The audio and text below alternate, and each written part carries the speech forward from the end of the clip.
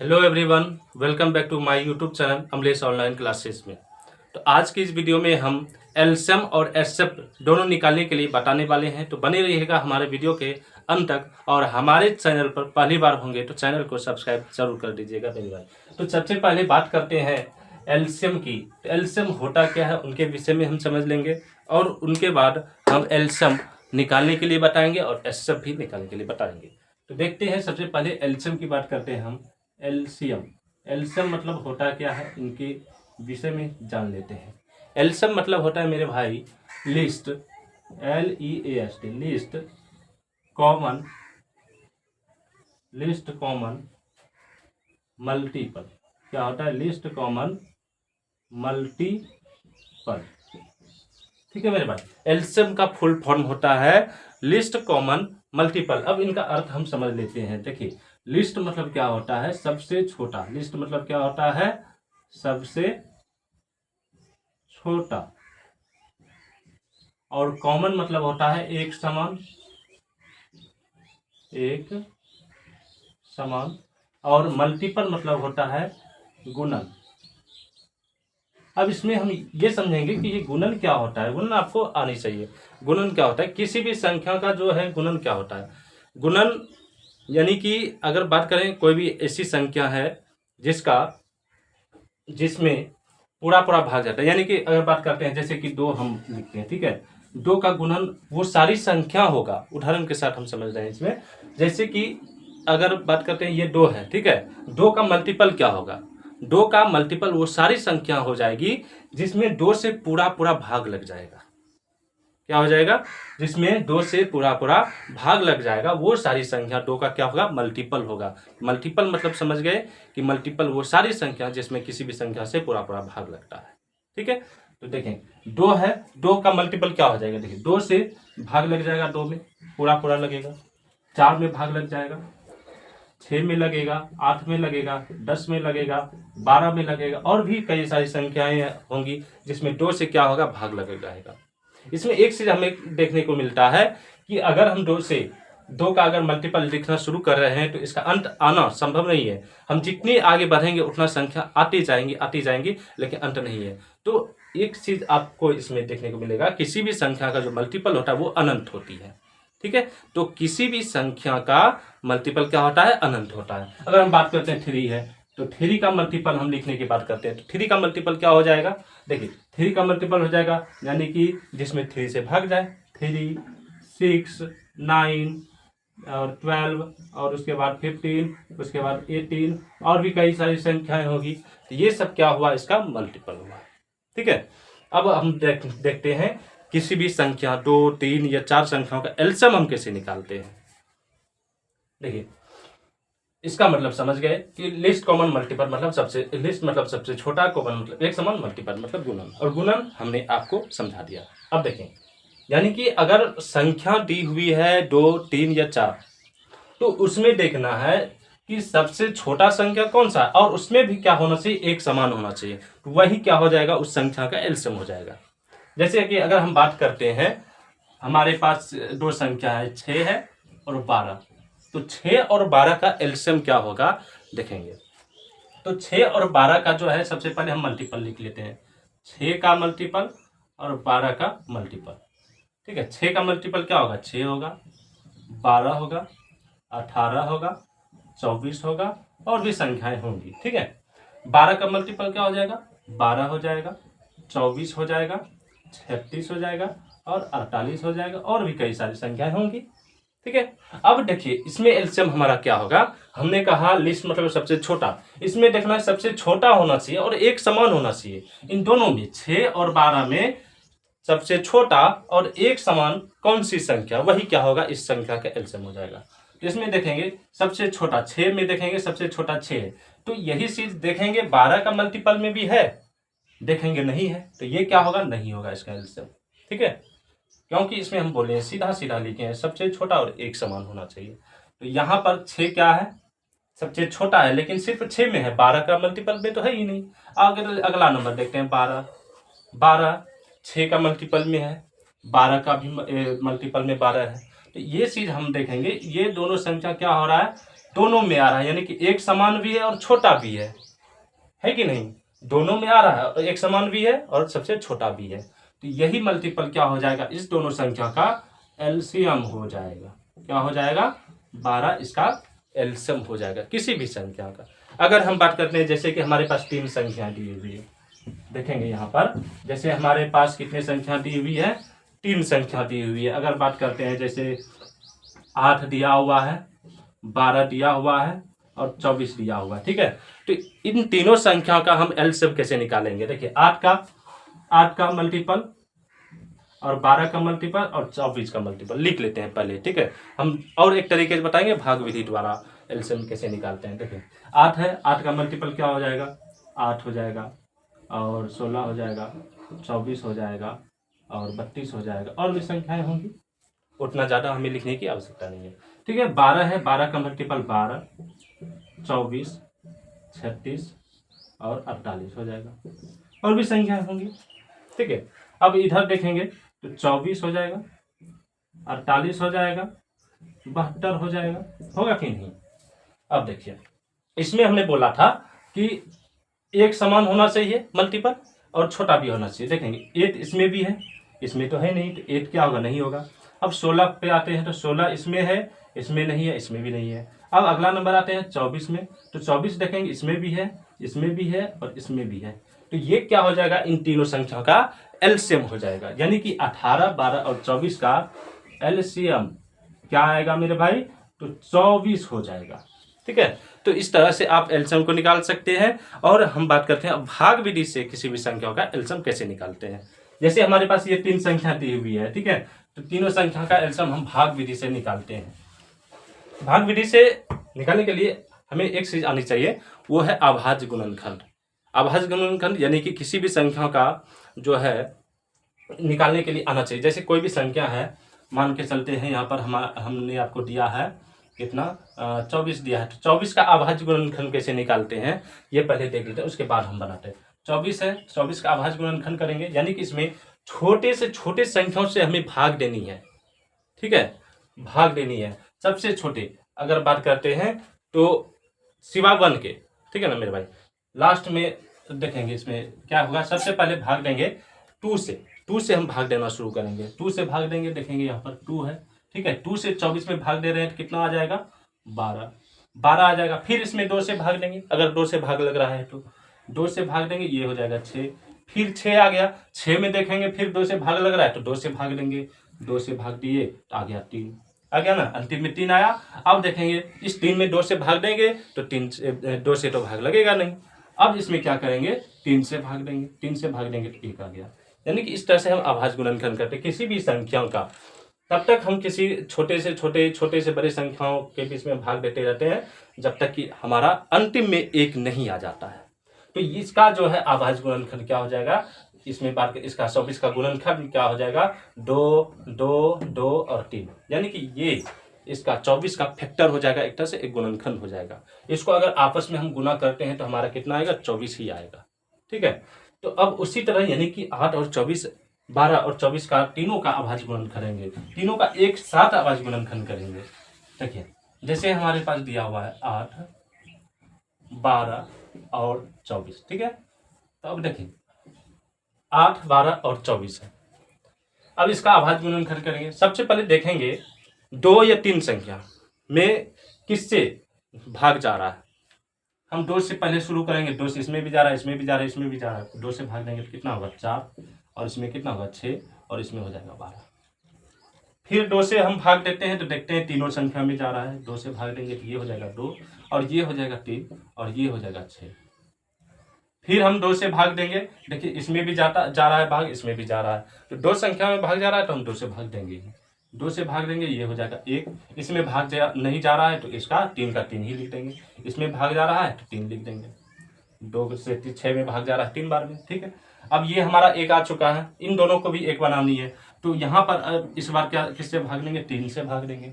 3 से भाग देंगे 1 में, 1 में भाग नहीं लगेगा तो इसका 1 का 1 ही लिख देंगे। इसमें 3 से भाग देंगे तो 1 आ जाएगा, इसमें भी 3 से भाग देंगे 1 आ जाएगा। अब देखेंगे अंतिम में हमारा 1 1 1 आ गया। अब हमारे पास जो 8, 12 और 24 का जो गुणनखंड आया है और फैक्टर आया है, इसको हम आपस में गुना करेंगे तो वही हमारा क्या होगा, इन तीनों संख्या का एलसीएम होगा। जैसे हमने यहाँ पर निकाला है 24, इसका एलसीएम आया है, तो देखेंगे इसमें भी वही आएगा। देखिए यहाँ पर क्या हो जाएगा, इसका एलसीएम 2 गुना 2 कितनी बार है, 2 3 बार गुना, फिर गुना 3 किया। अब इसको गुना करेंगे, देखेंगे कितना, 2 गुना 2 4, 4 गुना 2 8, 8 गुना 3 करेंगे तो 24 आ गया। तो 24 इसका एलसीएम आ गया। तो इस तरह से हम बेसिक छोटे से बड़े बड़े संख्याओं के एलसीएम हम निकाल सकते हैं आसान तरीके से। अब हम एचसीएफ निकालने के लिए सीखने वाले हैं। तो सबसे पहले एचसीएफ के बारे में जान लेते हैं थोड़ा कुछ बातें। एचसीएफ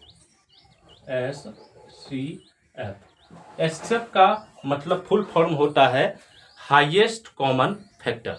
क्या होता है, एच से हो जाएगा हाईएस्ट, HAIGST हाईएस्ट, और सी से हो जाएगा कॉमन, और एफ से हो जाएगा फैक्टर। क्या हो जाएगा, फैक्टर। अब इसका मतलब समझ लेते हैं। हाईएस्ट मतलब क्या हुआ, सबसे बड़ा, सबसे बड़ा, और कॉमन मतलब एक समान,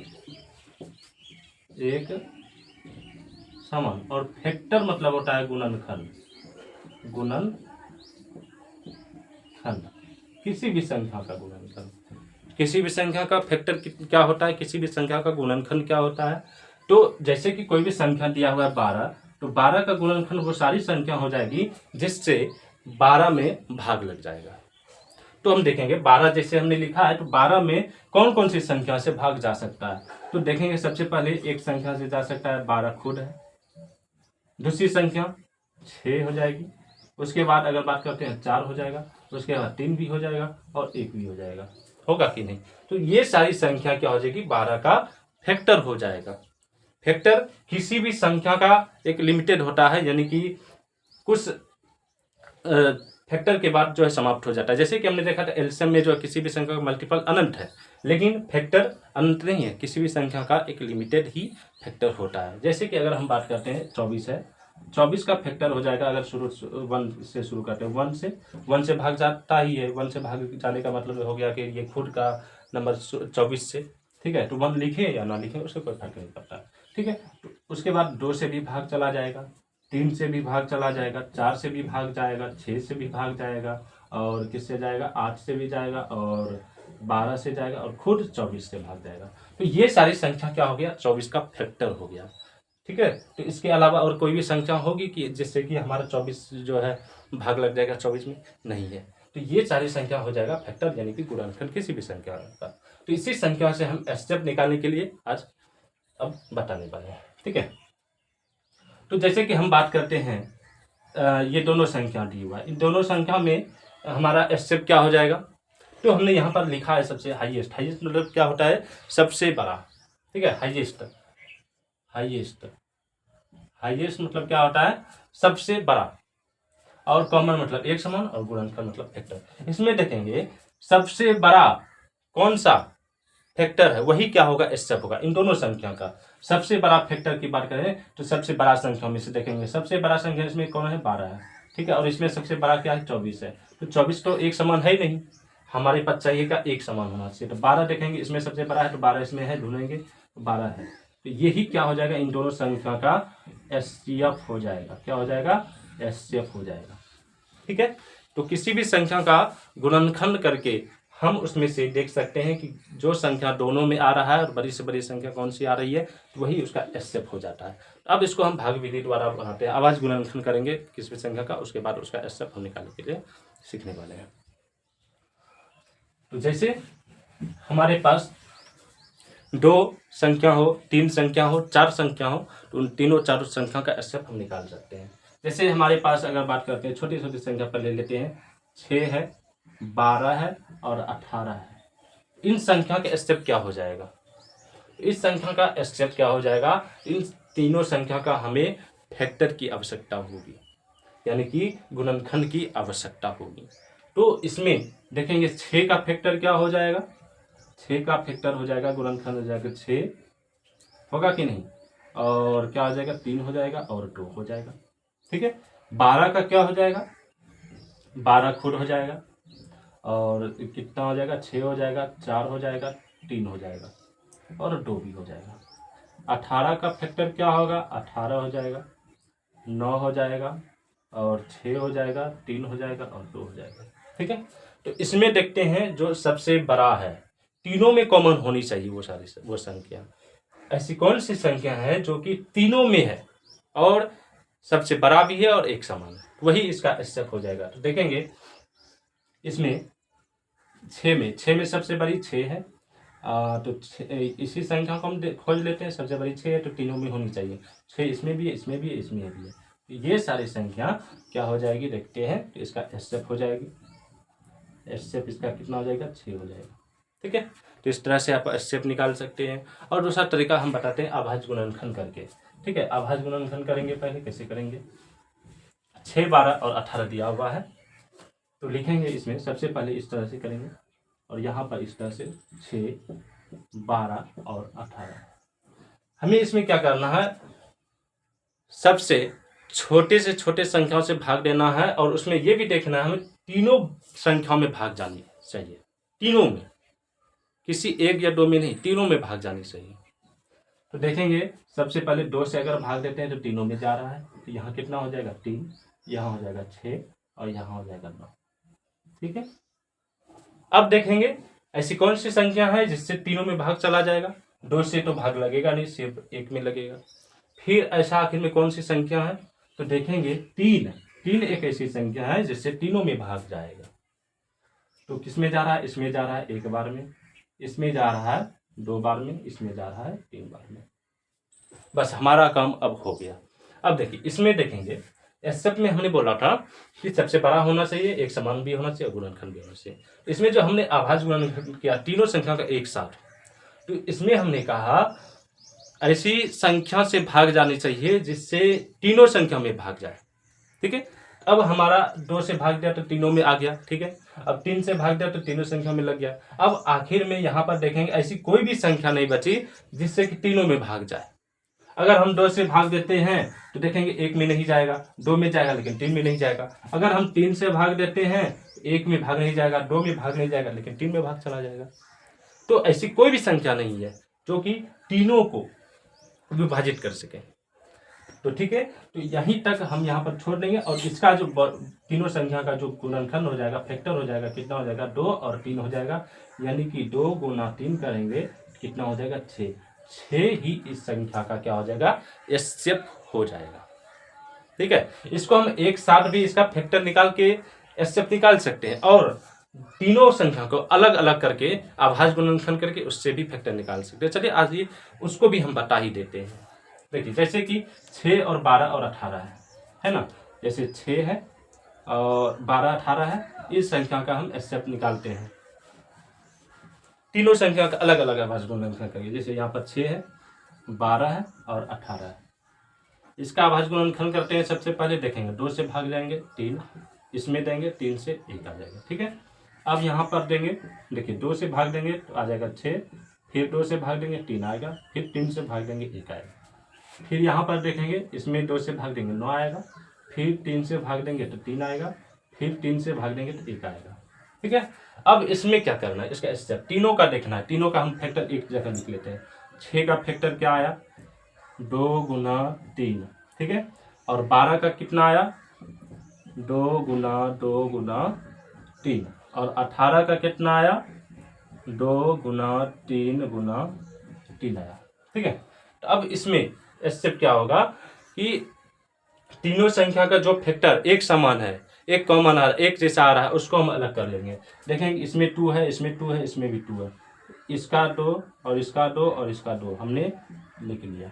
ठीक है, अब इसमें देखेंगे जहाँ 3 आ रहा है, इसमें भी 3 है और इसमें भी 3 है। इन तीनों संख्या को यहाँ पर गुना करके 3 लिख दिया। सिर्फ एक ही बार लिखना है, एक समान देखना और कॉमन देखना है। ठीक है, अब देखेंगे ऐसी कोई संख्या बचा है, इसमें 2 बचा है, तो 2 सिर्फ इसमें है, इसमें नहीं है और इसमें भी नहीं है, तो उसको नहीं लिखेंगे। यानी कि हमें सिर्फ वही संख्या लिखनी जो कि दो संख्या अगर रहेगी, दोनों संख्या में रहे उसका फैक्टर और तीनों संख्या में भी है। तो यहाँ तीनों संख्या में दिया हुआ है, तो यहाँ पर कितना हो जाएगा, 6 हो जाएगा इसका HCF। ठीक है, तो उम्मीद है कि आप लोगों को यह वीडियो बहुत ही अच्छा लगा होगा और ये वीडियो बहुत ही अच्छे तरीके से आपको समझ में आ गया होगा।